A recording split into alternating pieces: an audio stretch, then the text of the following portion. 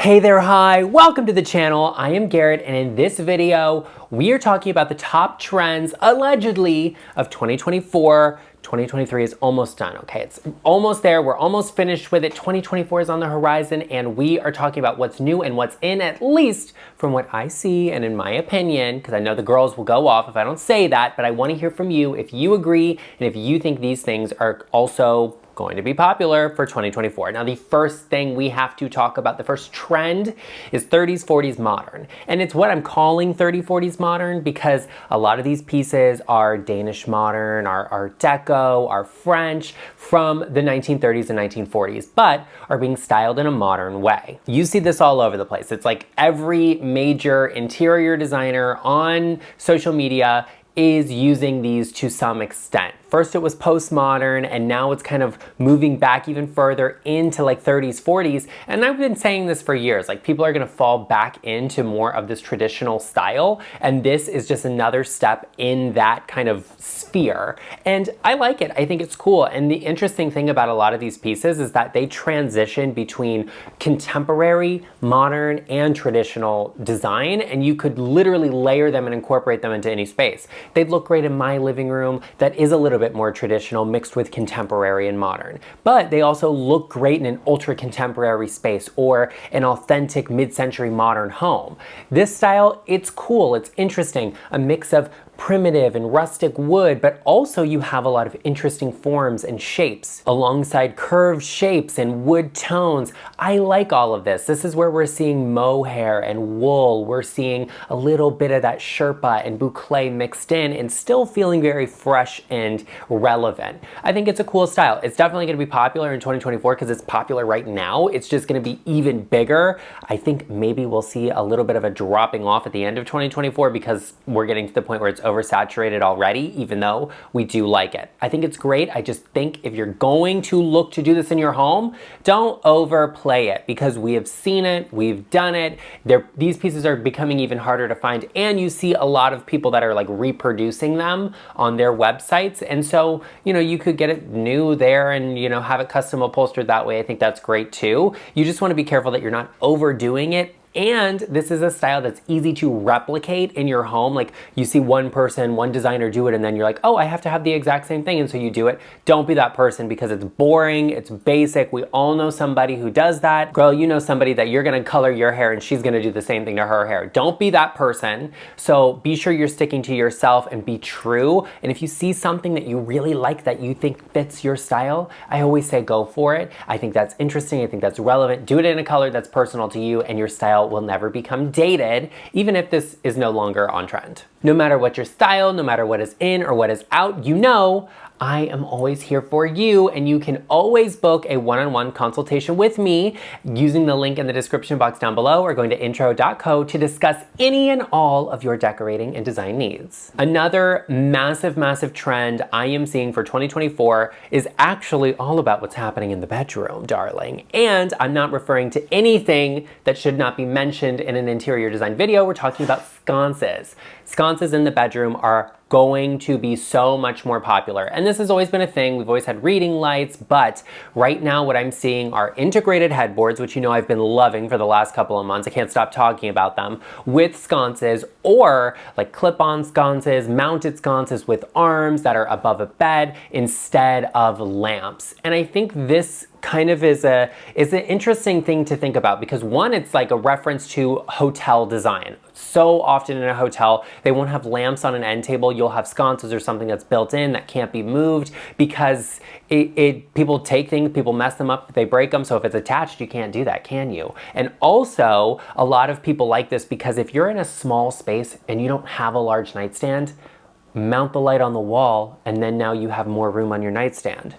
Genius, love that for them. But we're seeing it so much that it's becoming popular. That's what happens with a trend, right? People find something out there and you see it so much that you think, oh wow, this is a really great idea. This might work for you, it might not. If you're going to do sconces in your bedroom, I say do them on a swing arm. That way you can move it, you can use it a little bit more, you can position it where you want it, use it as a reading light, love that for you.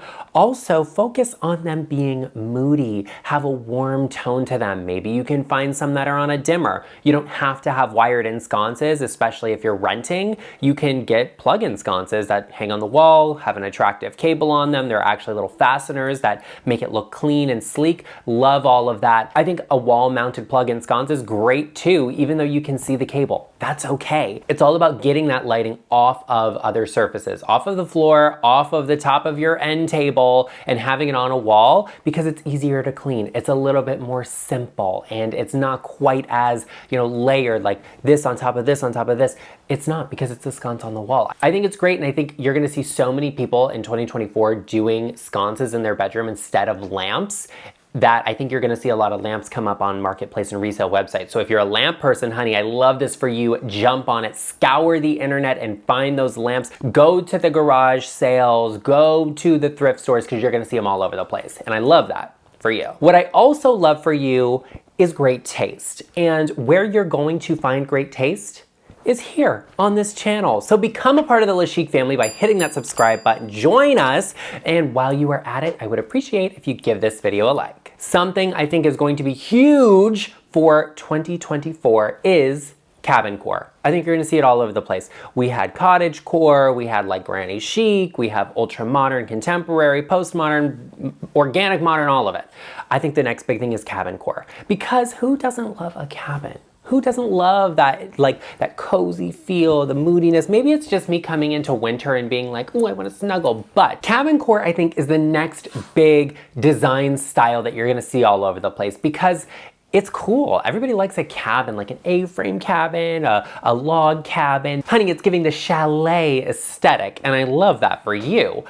Cabin is awesome. I like cabin core design. I don't think it needs to be like cabin core, everything is made out of log furniture and everything like that. I think that's okay if that's your vibe, and like, little bear statues all over the place, but I'm talking about moodiness. I'm talking about rustic materials and finishes on floors, walls, wood, stone fireplaces. We love that. And I think you're gonna see so many people going for this because it's a complete juxtaposition to that like California coastal style that we've seen, which is like really bright and light, and the cabin vibe is a little moodier. Some of the things to look out for are tartans and plaids. You want soft fabrics, you want brushed cottons and fleece. You want to have a lot of those materials that are really soft, but be on the lookout for durability. You're gonna see a lot of people using mohairs, you're gonna see a lot of people using Sherpa materials. You also are going to see a lot of people using cashmere, which I think, oh, amazing. Get a cashmere throw, cashmere pillows, that's gorgeous. And a lot of these warm gray tones are going to be very popular for drapery. You could do a window pane drape in this. Oh, you see, I'm like eating this up. I love it. I'm like embracing the vibe of it, the element of it. Like, look at this. I'm like, ooh, in my little dark color phase moment here, embracing some of this layering. Heathered materials, like my little sweater here, are going to be massively popular as well. Any of these really layered, moody tones are going to be so popular for cabin core, and I think that is fantastic. I know all you cabin core girlies are like cheering and you're so excited, but the next big trend for 2024 that I know is coming is what I'm calling major moldings. Moldings have always been in. We've always loved it. Crown molding, applied moldings on walls, door frames, all of it, but I'm talking about major, massive, ornate, crown moldings, baseboards, all of it. We absolutely love this. Like dental moldings, all of it is so amazing, so fantastic. We love that detail, that layer, that feature. This works really well if you have taller ceilings, because you want to make sure you're not getting a molding that's so big it doesn't match the scale of your space. So if you have 9-foot plus ceilings, I think this is something to consider for you. And if you have something that's like an 8-foot ceiling or lower, you have to be very careful about what you are putting at the ceiling level, because it could easily bring the ceiling height down or feel too bulky or overwhelming, and you don't want that. But these major moldings are going to be insanely popular because we're also seeing a little bit of a return to neoclassicism in styling when it comes to homes, like very symmetrical, very grand feeling, which I think is also really cool. And this is where that comes from, this molding style. People are loving it, they're eating it up. They want that like French apartment feel, which would have great moldings, but like you're not gonna get a Baroque molding from Amazon. So a lot of people are going for these more ornate moldings that are like styrofoam or poly whatever, that are easy to cut and install. This can actually be something that is a little bit renter friendly, because you can do this sometimes with like a double-sided tape, not guaranteeing that's not going to mess anything up in your rental. So like proceed with caution, but people are really loving this because it is very stylized, especially in a minimal space, like a minimally styled space that doesn't have a lot going on. You can add like a major insane molding detail, and it's like, wow, this is the fantasy. This is giving, because it's not something that's cluttering up the space or the floor, and it feels really layered and luxurious. I love it. I think it's so cool. And you know, I love that classical reference in any space, and so I'm personally really feeling this vibe. And people are doing this in every room in their house. Tiny and small bathrooms, kitchens, living rooms, you name it, they're doing this. I think it's really cool, and I like what I'm seeing. Another trend I am loving, I'm loving so much for 2024, is the moody vibe, because I just like a moody feeling space, and I am embracing that in my life because I like that energy. And the great thing about a moody space, and what I love the most about it, is that if you have an area in your home that doesn't have great natural lighting, and you're fighting with it, and you're like, gosh, it's so dark in here, like, what do I do about it?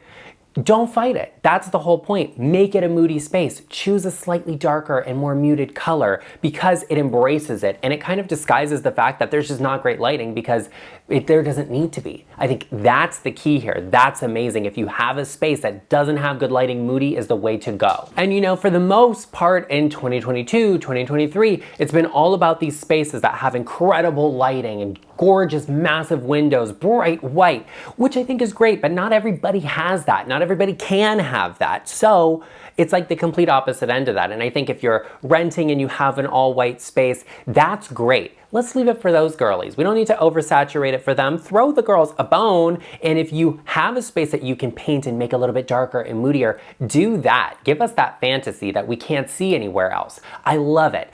Moody spaces are fantastic because they hide a lot of mistakes or issues. If you have a smaller, condensed, more crowded room, painting it a moodier color makes it feel layered. And like I said, if you have a space that doesn't have good lighting, moody is the way to go and the way to completely counteract that. I think it's fantastic that we are embracing these moody tones, these really dark, saturated moments, and also these just really soft tones as well. And you can choose any color in the rainbow you like, whether it's red or teal or blue or orange. You of course can do browns, you could do yellow, although like a moody yellow tone, it reminds me of some people, and no, it reminds me of their teeth, but that's beside the point. And it's not just about what colors you choose. You could do anything moody, but you can also layer fabrics and beautiful textures together to create that layered feel. And it works beautifully in the winter, but also in the summer when you're looking to get out of the heat, that dark space is gonna feel a little bit cooler, and it's a good place to hide away. I love a moody space, and I like that we're seeing something different, because I'm so tired of seeing all white spaces. I've been talking about this forever, and it's just, I'm just moving on from it. In my home, in my life, I don't want to see an all white space anymore. I think it's good that people have it and embrace it and love it. I think it's great, but give me something moody. Give me a little bit of a character moment. Look for natural tones, something that is a little bit off. You don't want anything that's neon or super bright, because if you have a space that does get good lighting, those colors are literally going to look neon, and you don't want that in your home either. Be on the lookout for those moody tones, and just embrace a vibe in your space, a feeling. What do you want that space to embody? Do you want it to be relaxing or energetic? If you want energetic, don't go for a moody space. If you want a space that you can relax and hang out in after a long day after work, the moody vibe is the moment for you. Also, don't forget that you can create a moody space just by using lighting, and I think that is essential to a moody space as well. Now, those are some of the top trends I think are coming for 2024. Be sure you share with me if you agree or not. I also know that if you haven't hit the subscribe button, you're missing out, so let's do that. Also, if you're interested in what's coming in 2024, let's talk about what's out for 2023. Check out this video right over here to learn all about the trends that are out for this year. We're saying goodbye to them. They're not gonna be in 2024. Let's leave them in that video. Be sure you check it out right over here, and I will see you over there.